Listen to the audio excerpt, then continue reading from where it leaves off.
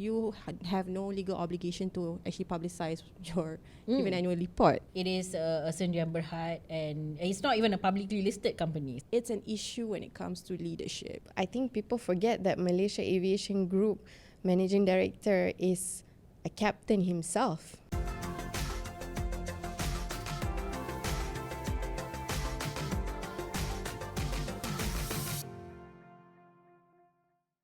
Hello everyone, welcome back to Beyond the Headlines, the go-to space for the top stories that made the headlines and more. My name is Amalina Kamal, your host for this latest round of Information Digest. And today, we will be looking into the recent establishment of the SG4 Group, Sdn Bhd, which is formed by the 4 state governments up north, which is Perlis, Kedah, Kelantan, as well as Terengganu. Now, this particular company is led under the Perikatan Nasional Coalition, with each state having a 25% share in the company. Now, the focus includes 5 different areas, which is the infrastructure and logistics, trade investment, as well as industries, agriculture and food security, education and nation building, as well as creating new revenue streams. Now, for this particular discussion, I have with me our very special guest, Idea's Senior Manager and incoming CEO, Aria Azhari. Welcome, Aria, to Beyond the Headlines. Hi, thanks for having me. Thanks for being here. Also, we will be looking into our, the drama surrounding Malaysia Airlines, a national carrier grappling with a series of operational hurdles. Now, from grounded aircraft and engine shortages to the aging fleet and extended MRO, the airline faces significant challenges in maintaining its service reliability. But is there more to the story? For this, we have Business Times journalist as well as our resident aviation expert, Bilqis Bahari. Welcome, Bilqis, to Beyond the Headlines. Thank you. I'm glad to see you here. And every single time I see you, it's always about Malaysia Airlines and not anything else. It's my forte, aviation. But I would like to get into that a little bit deeper. But to start the discussion, we're going to talk about the SG4, of course. Now, the group, Aira, this new entity, obviously, a lot of people are looking at it as, is this a form to decentralize the autonomy or at least the governance of these 4 individual states? And we want to question in terms of how the transparency as well as accountability will be taken into effect. In your view, do you think that the formation of this group might impact the balance of power between the federal government as well as the state government? I think this is a great question because even though Malaysia is a federation, right, of states, Malaysia is actually a very centralized federation. So, for example, in other federations, say like Australia or Canada, the individual states have a lot more power than the states do in Malaysia. So, for example, in places like Australia and Canada, education, healthcare is decentralized to the states.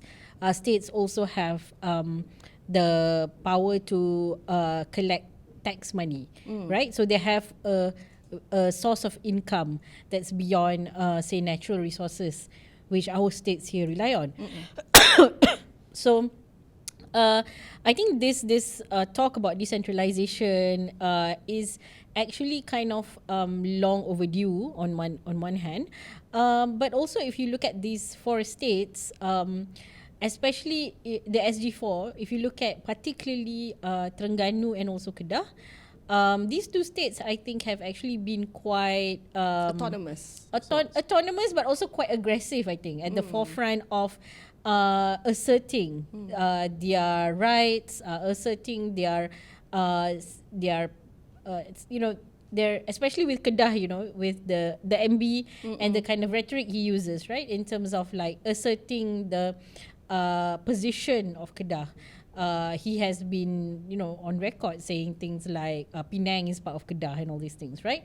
So I think the consolidation of the 4 PN states under SG4 is an interesting development, but also sort of like the next level of the conversations that has been ongoing. I think the MB of Terengganu has been also quite vocal about why Terengganu hasn't been receiving their Wang Esan from the federal government, right? Right. So I think, they have probably come to a point where, look, we want to, I think, firstly send a message of unity that, as these 4 states that's governed by this coalition, we are committed to, showing Malaysia that Right. we have our own autonomy and independence, and we want to fight for it, I would say. But of course, I suppose it only makes sense for Perikatan Nasional to showcase some sort of visibility and authority within the states that they have actually, managed to not conquer but take over control. For instance, you mentioned about Terengganu, but I feel like we also should mention about Perlis. Perlis has been quite vocal also when it comes to the allocation of, I suppose, the federal funds going into them. I think last year we saw this particular rift between Datuk Sri Tiong and the Perlis MB on the allocation for the tourism kind of projects, right? And that was quite a colourful sort of like back and forth. But my real question, with this sort of autonomy, how would that impact economic decisions? I think it remains to be seen because, this SG4 is basically a company, right? And each of the 4 states have equal stake in it, 25%. I'm not so sure how the economic wise it will impact each of the individual states, unless SG4 really is going to be a vehicle that will attract development to the states. I mean, if you read what has been covered in the news, they have claimed that they've gotten interest from Korea, Japan and China, if I'm not mistaken. So that would then be interesting to see, because traditionally the states that usually attract the most investments, Selangor, Penang, Johor, it'll be interesting to see how it compares with this new SG4 entity. So, but I think it's not I don't think the formation of SG4 in particular will be the sort of turning point. I think because the formation of SG4 does not sort of suddenly change the conditions in each of the states, right? So when investors want to come in, they would also want to look at the how each of the states' existing conditions are. How would that, because I want to talk about the legal and regulatory oversight here, Macam, how would SG4's operations intersect with federal regulations then? If you can give us a little bit of clarity, because as you mentioned, if let's say the potential companies would want to engage directly with the states, to what extent are they able to? Yeah, I think this is why I think they formed a company, right? So it's a Sendirian Berhad that's, it's registered with the Companies Commission. So it will be treated, and the rules that govern it will be like how like any other company that's registered with SSM. And because I don't think this has ever been done before, where like several states come together to sort of form a company, right? So in terms of we have agencies, but it's always fronted by the federal government. But so I think like the sort of the legal and regulation side, I would think that the same rules to SG4 would apply to same rules that apply to other companies out there.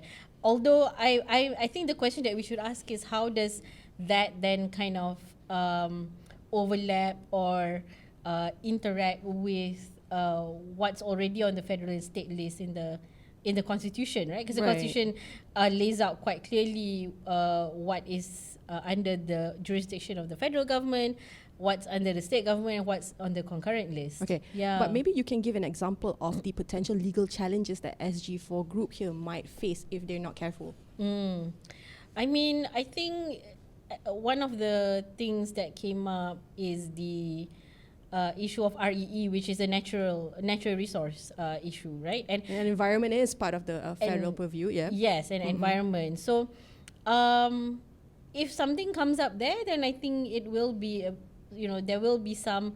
It will be interesting to see how the law would develop there. because I don't think there is a precedent when it comes to this. And Kedah, I think the RE issue is quite specific, I think, to Kedah.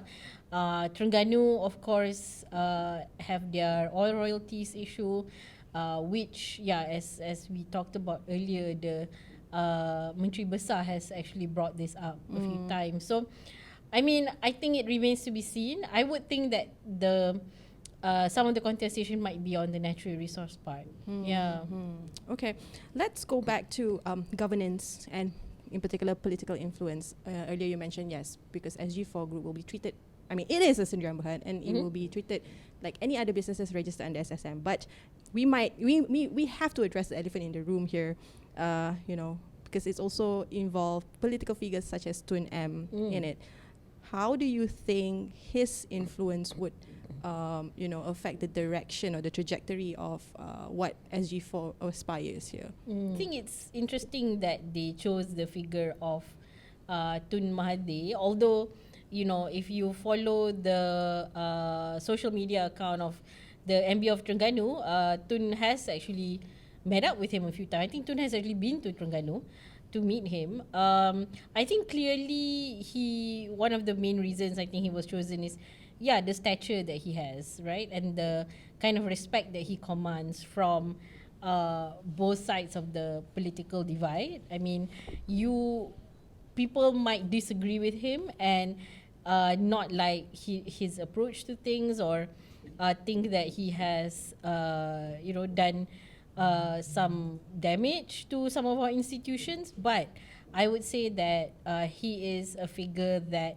Malaysians largely still have a very deep respect for. So I think it's quite a smart move in that sense of them picking Tun to be their patron / advisor. Is advisor, but again, you don't know to what extent, right? So probably it's also a strategy to shield them from, say, too much criticism.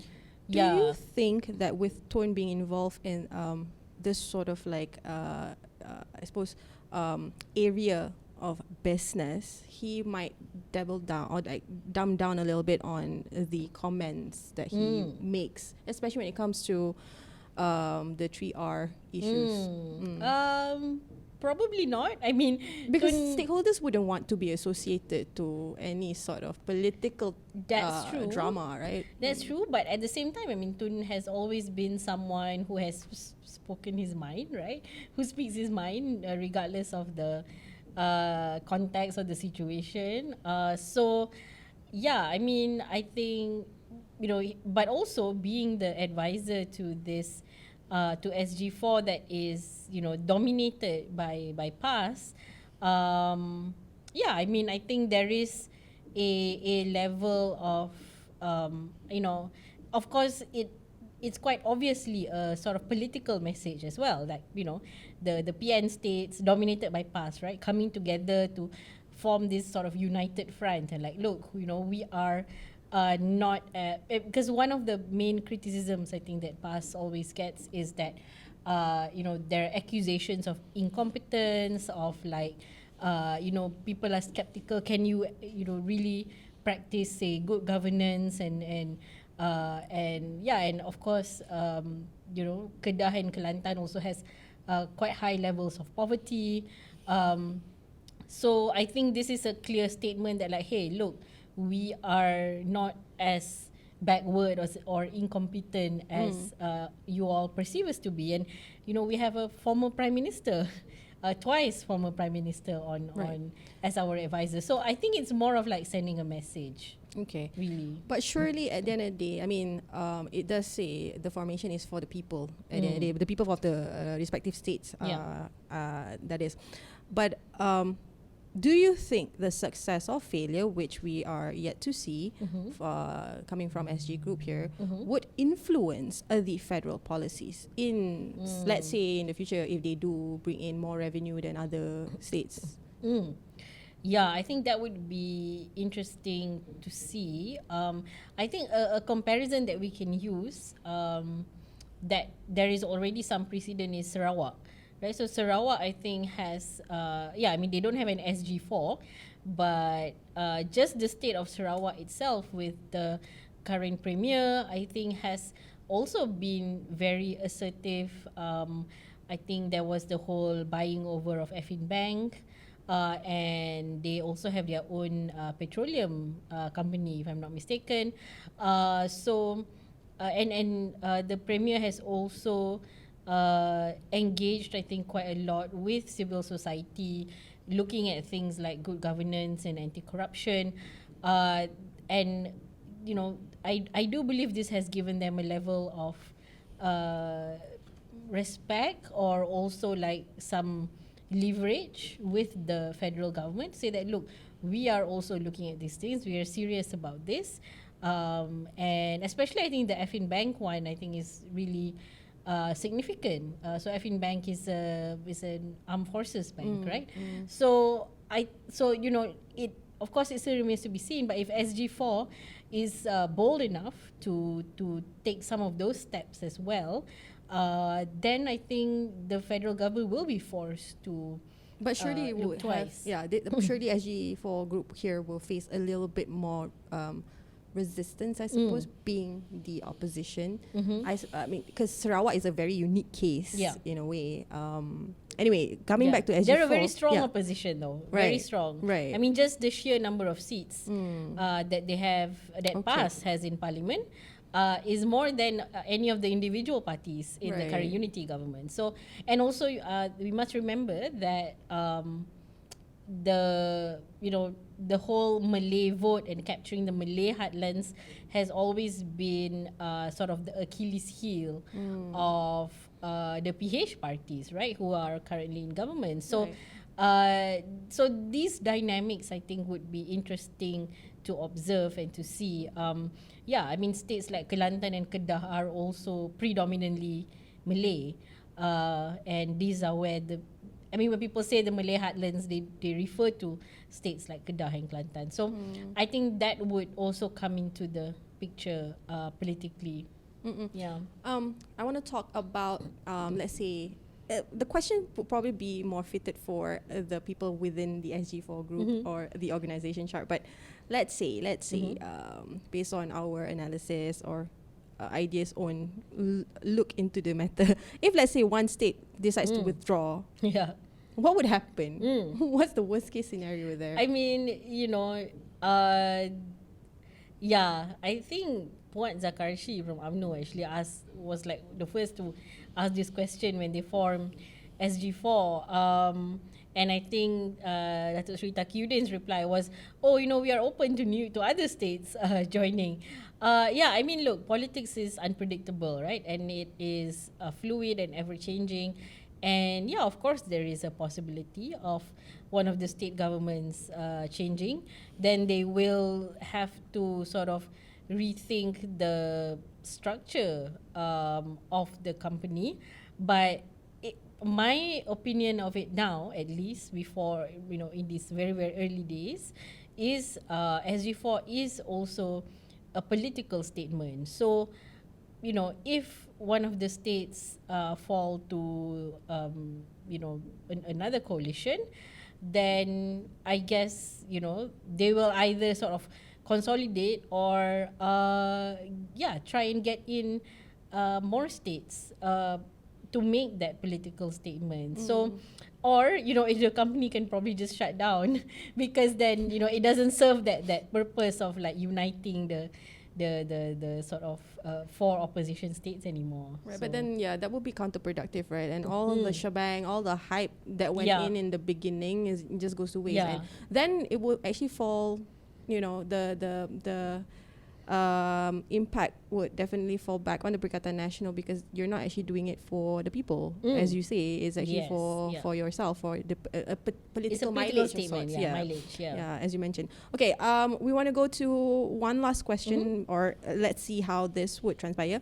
Long-term political and socioeconomic impact here, right? With SG4 having to place itself as the next sort of like potential investment, do you see that as a positive to the overall political landscape in Malaysia as well as the economy? in terms of being democratic lah. Yeah, I mean, I think if you know, going back to my earlier point on how Malaysia has been a very centralized federation, I think this is a positive step in the sense that actually, you know, there are states that feel like they can assert their autonomy and their independence in that sense. So, Okay, but then Yeah. we've got questions like macam, you know, the Penang government having to take some sort of like royalty from the taxes that's collected. Even that is hard, right? Apparently you have to change the constitution for that. yeah. But then we have cases such as this, the Yeah. SG4. So to what extent is this establishment of this particular entity helping the broader national development goal or plan that we have, you know? Yeah, I mean, I think, you know, if I think in terms of nationally and on national development, I would say that it probably does not have any significant impact at the moment, right? Unless those pledges of interest by Korea, Japan, and China to invest comes true, then who knows, right? Let's see if those investments have some spillover effect on the country as a whole. But in terms of on the democracy side, I think that it's an interesting development, and it is sort of, I hope that it is kind of a wake-up call as well in some ways for the federal government to say that, oh, actually, you know, there are states, very, very strong states who are coming out and saying, we want to do things together without the federal government's approval or consent, right? So I hope that it can serve as that sort of wake-up call. Right. Sorry, this just came to mind. Maybe before we segue into this next segment, one last thing, because it is a syndrome Berhad, it is a business entity on its own. So having to, you know, brand yourself as that, you have no legal obligation to actually publicize your even annual report at the end of the day. So that would be one of the major issues, especially if you if you look at it in that context, right? Your thoughts on that? Yeah, that's interesting because it's a company. You know, it's not a statutory body, right? So for statutory bodies like say Tabung Haji or MARA or FELDA or something, they have, like in the Act itself or Bank Negara, right? Or the Act itself, it is required for them for their reports to be tabled in Parliament. Yeah, but for a company such as this, that requirement I don't think is there, right? It is a Sdn Berhad, and it's not even a publicly listed company. So publicly listed companies have quite stringent requirements of governance, transparency, and accountability. So I think that might be not great on the, say, transparency side. But considering that each state has a 25% stake in the company, I'm not sure how that works. Like, you know, states are not people, so I'm not too sure how that works. But hopefully there is some accountability mechanism there. So if I was an adun in each of these respective states, I would actually ask for some way in which the state assembly can hold this SG4 company accountable, right? So I don't know, maybe they need to table their accounts or their annual report, or at least have some oversight over the company's activities, because you know you don't want them to go and be doing things that will be detrimental to the state. Yeah. So if I was an adun, this is what I'll be asking. Understood. Yeah. All right. Thank you so much for that, Ira. Definitely for SG4, we will be following the developments on that. And if you follow NSE online, you'll definitely be informed on the latest surrounding that particular news. Now, moving on, we want to go into Malaysia Airlines. Malaysia Airlines obviously is navigating a complex sort of landscape here. And what more, or who else to talk about the situation other than Bilqis? Bilqis, for our audience, unless they live under a rock, right? They have not been following what has transpired. Maybe you can briefly explain to us the current status of the aircraft. I mean, it's grounded. Does that mean it's the end for Malaysia Airlines? Okay, so I want to start with, I like what you said just now.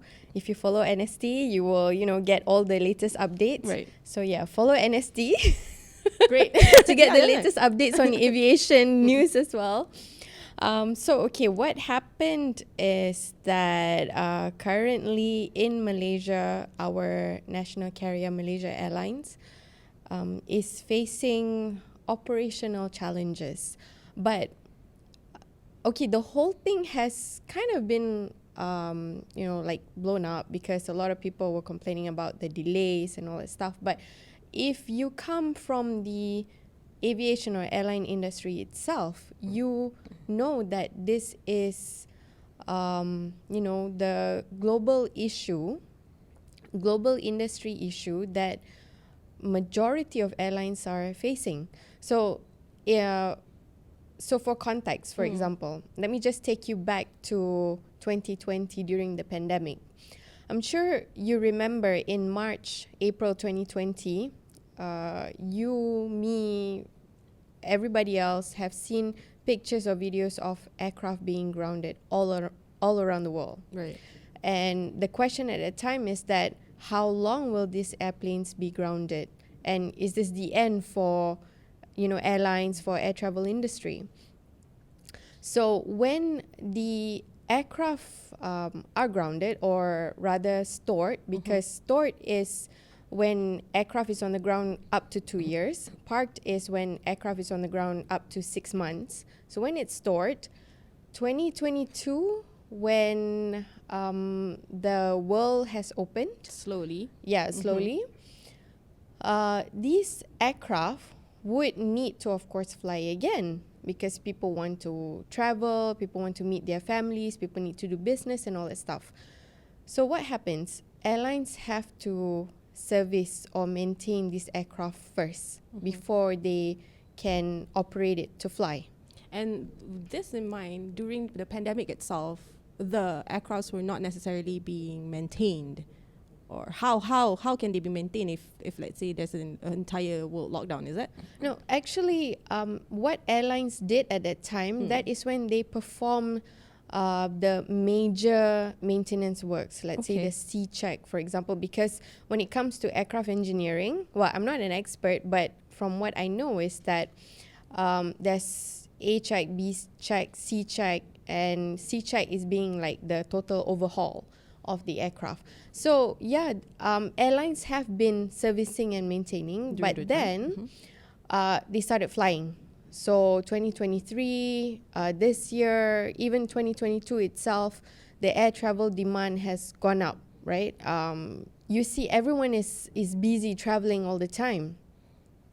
So at that time itself, the issue that the industry has been voicing out is that there's shortages of aircraft spare parts, engine parts.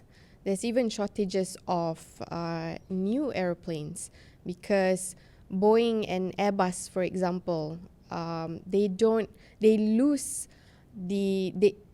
lost the technicians, or those who work at their factories, their assembly factories, Because of the COVID. because situation, of during COVID, there was a no lot- demand lah, basically. exactly. So a lot of people working in the industry, they left. So not just pilots and cabin crews, these are also engineers, ground handlers. So they all left. So when the world reopens, airlines call them back. Not all of them return, because some probably have moved on, with Right. their new job, or some open business.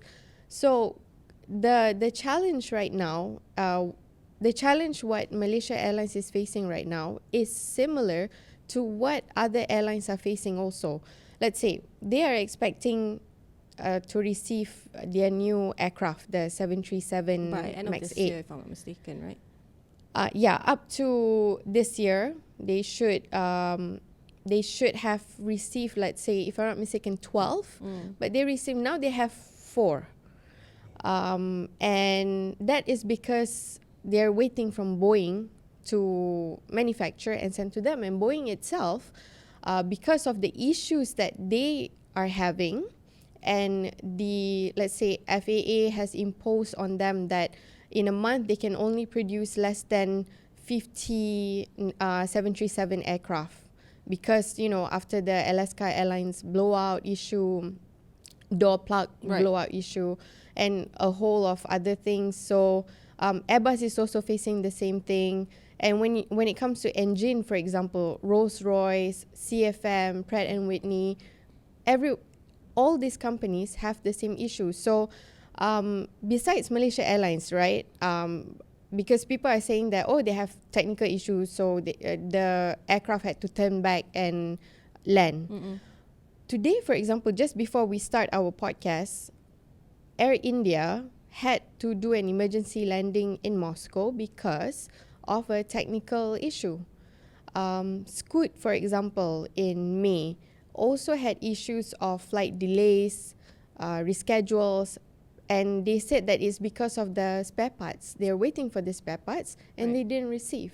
But the bigger question here would be like, has Malaysia Airlines actually explored alternative when it comes to getting the spare parts quicker? Are they looking at other suppliers, or is that even a thing, right? Because what we want at the end of the day is how can we lessen the MRO turnaround time. MRO here means maintenance, repair, as well as overhaul. I don't think we're losing out in terms of the queue, because I'm sure Malaysia Airlines management, they're smart enough to negotiate these kind of things. Not just Malaysia Airlines, we also have, our other airlines, Air Asia, Batik Air. So their management are smart enough to negotiate, the queues and everything. So how AircraftMRO works, right? Let's say Airline A. So they have their in-house engineering team. So how AircraftMRO works, it's not like you can send your car, for example, to a workshop where a mechanic can service or repair different models of cars in one workshop. So if you have, let's say, you're an airline and you have certain number of narrow bodies and wide bodies aircraft, you don't get your own engineers in-house to do all the repair works, because some of the works, let's say when it comes to engine, you have to give it back to the OEM or a third-party MRO company that has the approval from the OEM to do the work. Okay, the thing is, these MRO companies, right, it's not just one MRO can do, all the servicing work. Because let's say you are MRO company A, you can only service two types of aircraft, which is only narrow body, the 737 and the A320. So if you have a 787, a wide body aircraft, right, 787 or a 350, you cannot do that because you don't have the approval. You need to send to another MRO company that has the approval to do the servicing works. And in order for your company, for example, to get the approval to do your own maintenance or servicing works, you need to get certification from aviation regulators, not just from CAM in Malaysia. We're talking about Malaysia, the Civil Aviation Authority of Malaysia.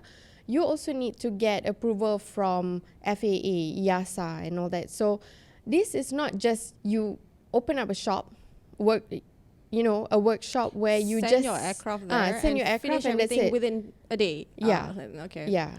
I understand. No, because the general perception that we have at the moment is that when especially when our transport minister said, okay, we've done, CAM has done their audit, and then this is what they say. Apparently, it's a service and maintenance issue. So the immediate, sort of image that comes to mind, MAS has not been following the maintenance log, maintenance plan, and everything. So it falls back on the management, right? And then you've got associations and all the aviation, I suppose, experts saying that it's an issue when it comes to leadership. If the leadership is not looking into this as an important area, then we wouldn't be seeing this problem.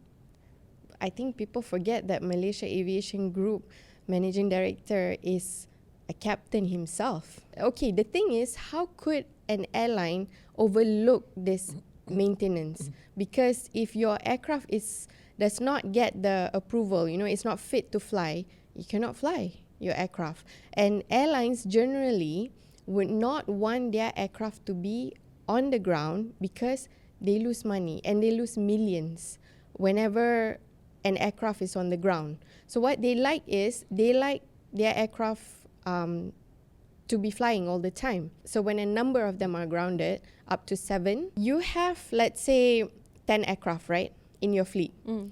So this 10 is supposed to go to different destinations in a day or in a week, right?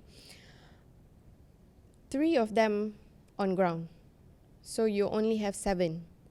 So it kind of disrupts already your flight schedule, because then you have to use the rest to actually fly to, you know, the destinations that the other 3 were supposed to fly to. So do you have spare aircraft? Yes, you have. So you use that. But if you've already used all your spare aircraft, what can you do? You have to, let's say, cancel the flight. You have to reschedule the flight time. Or reduce the number of flights, which is what MAS has done. Yes. To mitigate the situation. Exactly. And let's say, for example, this is not an issue only, you know, on Malaysia Airlines. This is, let's say, Kazakhstan's national carrier Air Astana is also facing the same thing right currently. So it seems to me it's an industry overhaul, right? We really need to look into how are we able to manage the expectations, not just the stakeholders, but passengers here. Okay, I just want to go back to the supply chain issue, right? Even IATA, the International Air Transport Association, has called out on, you know, the challenges that airlines are facing because of this global supply chain shortage. And if I may, the Director General, Willie Walsh, recently said, persistent supply chain bottlenecks have made deploying the capacity, which is the airplanes, to meet the need to travel more challenging. So he's called for the manufacturers and suppliers to resolve their supply chain issues so air travel remains accessible and affordable to all who rely on it.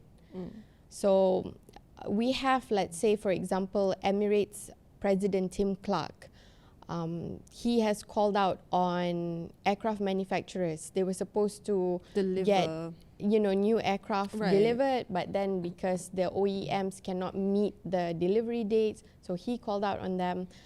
Captain Izham of Malaysia Airlines, a few times already when I had an exclusive interview with him, he also said, we hope that Boeing will actually send, you know, our new airplanes, because if not, it will disrupt the whole, you know, operations.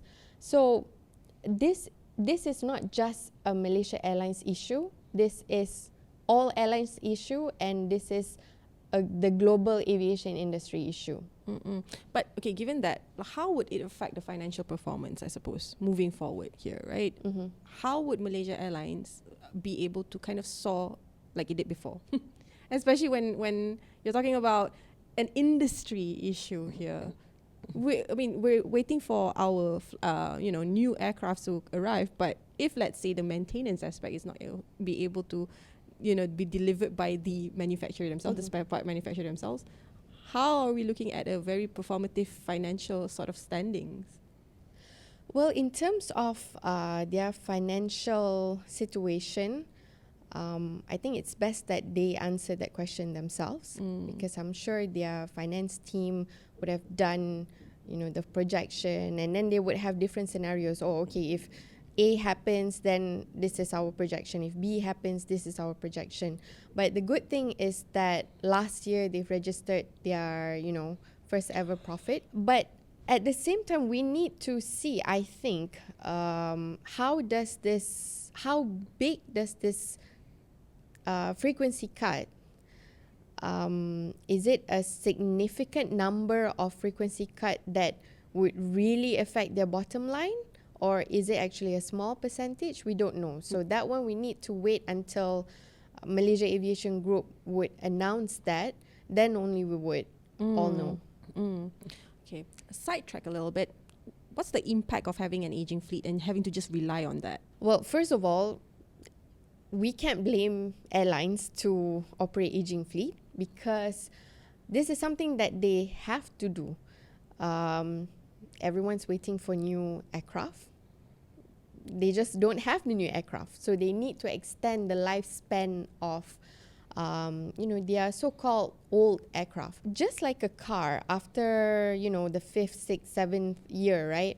You need to send your car more to the workshop because the car needs maintenance and all that stuff. It's similar to human as well. The older we get, or rather the younger we get, when you reach, let's say 40, 50, then you realize that, I'm probably not as strong, as fast anymore, I used to be able to eat cake and not gain weight, and all of a sudden now I gain weight, I have health issues, I need to go to do checkups. So similar application. Yeah, it's similar with aircraft. Once it's, let's say, already 15, 18, 20 years old, of course you need to do a lot of maintenance work. It depends if it's a major overhaul where you need to change the components and all that, but the spare parts aren't there. What can you do? So you just have to wait. Yeah. I want to go into, because we are expected to receive new aircrafts, right? But let's say we're not able to receive them in time by this year. Has Malaysia Airlines actually mentioned, or MAG mentioned anything about what's the strategy next? How would the first quarter of next year be for them? Well, Malaysia Aviation Group is expected to announce their RFP for the second batch of new airplanes. So in an interview I did recently with MAG's Managing Director, Datuk Captain Izham, he said that by 2035, Malaysia Aviation Group should have at least 50 narrow-body aircraft. So for the second batch of the RFP, request for proposal, they are re-evaluating which type of aircraft, narrow-body aircraft that they want, whether it's the Boeing 737 or Airbus A320 or Airbus A321. They're also looking into new wide-body aircraft. So they have the option of another 25 A330. They haven't exercised that yet.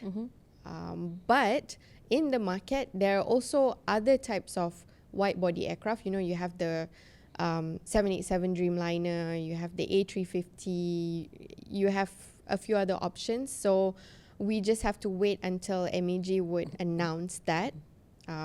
He said it would be by the end of the year.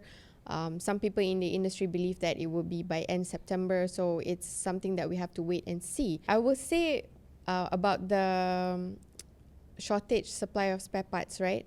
In terms of the frequency cut, in terms of the flight frequency cut, MAG has said that it would be between last month, August, until end of the year. So that would mean that they've already projected that they might be receiving new spare parts by end of the year, so that they could change and then operate these aircraft on ground. So I'm sure they have the planning already. All right. Okay. But let's talk about, we've talked about the vehicle and everything, but we still want to talk about the talent, right? The talent resourcing and everything.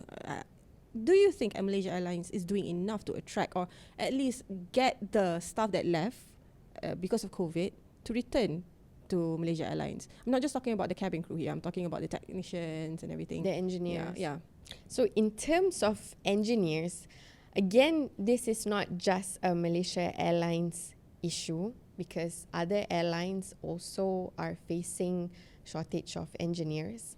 We have, Middle Eastern carriers, for example, and there are new airlines from the Middle East that have been, offering jobs in the market, and they're paying more because they're able to pay more. So for Malaysia Airlines to say that their engineers are being poached by other companies, Middle Eastern companies. Not really Middle East, because in the news today it's Singapore. So, but what is the proof? How many of them actually went to SIA Engineering?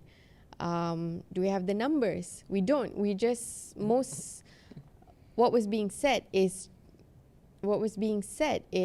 probably, people wanting to, perception, people wanting to justify what they said. But SIA themselves have not yet confirmed this, you're saying? So I talked to SIA Engineering, or rather SIAEC, SIA Engineering Company Limited. They said that their recruitment activities in Malaysia is aligned with their operational manpower recruitments and investment initiatives. So since their opening in Subang in September last year, they've partnered with Malaysian institutions of higher learning such as Atmal Aviation College and APR Aviation Training Center. So the training program that they offer is fully funded by SIAEC, or rather BMM, the Base Maintenance Malaysia Sdn Bhd, which is owned by them. What they do is they train our talent, and then they give them jobs. So in a way, it's a plus point for us because, hey, we have, talents in aircraft engineering. But it's just not necessarily within our national carrier. That's the bigger issue. But right now. When you look at it in a bigger picture, they're still employed in Malaysia, they spend in Malaysia, and it benefits the economy. So bigger picture, the country still wins. I mean, I suppose it's perspective at the end of the day.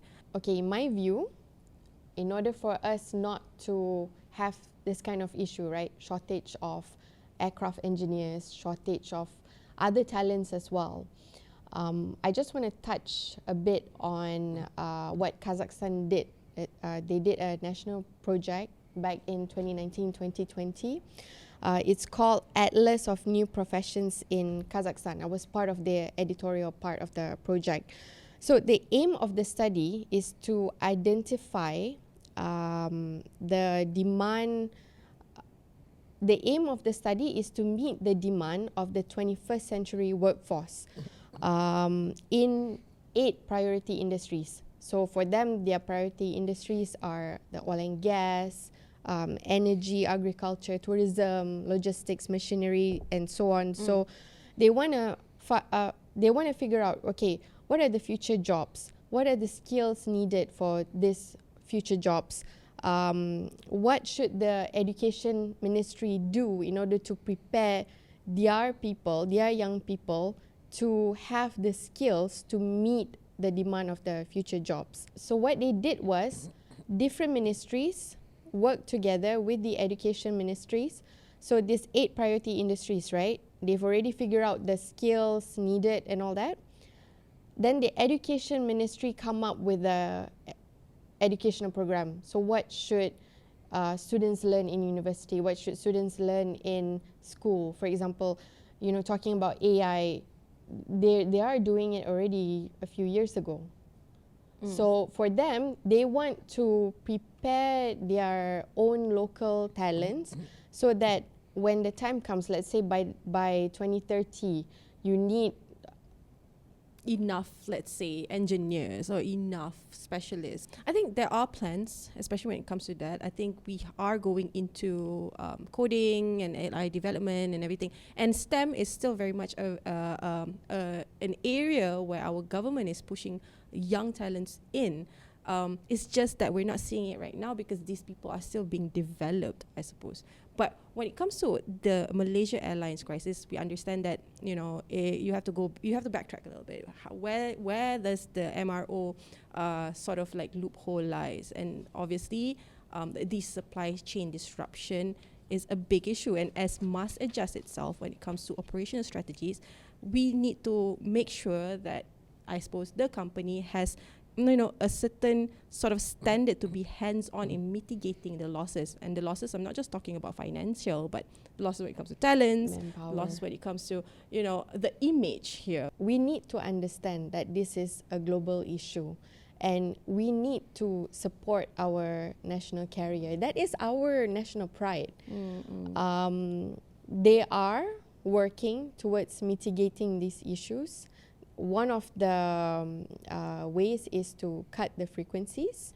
You know, of course, we all want to see Malaysia Airlines back being known as the best airline in the world. Right. So I suppose we can see whether or not this reduction when it comes to the flights would definitely help in mitigating the issue at hand at the moment. But in terms of how it will fare in the future, stay tuned to NSC Online. Unfortunately, this is the end of our episode. Thank you so much to our guests for being here on set. First up, we've got, again, Aria Azhari from Ideas. Thank you for joining us. Thanks for having me. Thanks also, Bilqis, for joining me for this particular discussion. Thank you. And to our audience back at home, if you like this particular episode, don't forget to like, comment, and subscribe. Turn on the notification bell if you haven't already. You'll not only get Beyond the Headlines update, other news reports under NSC will be delivered to you. My name is Amalina Kamal, and I'll see you next week.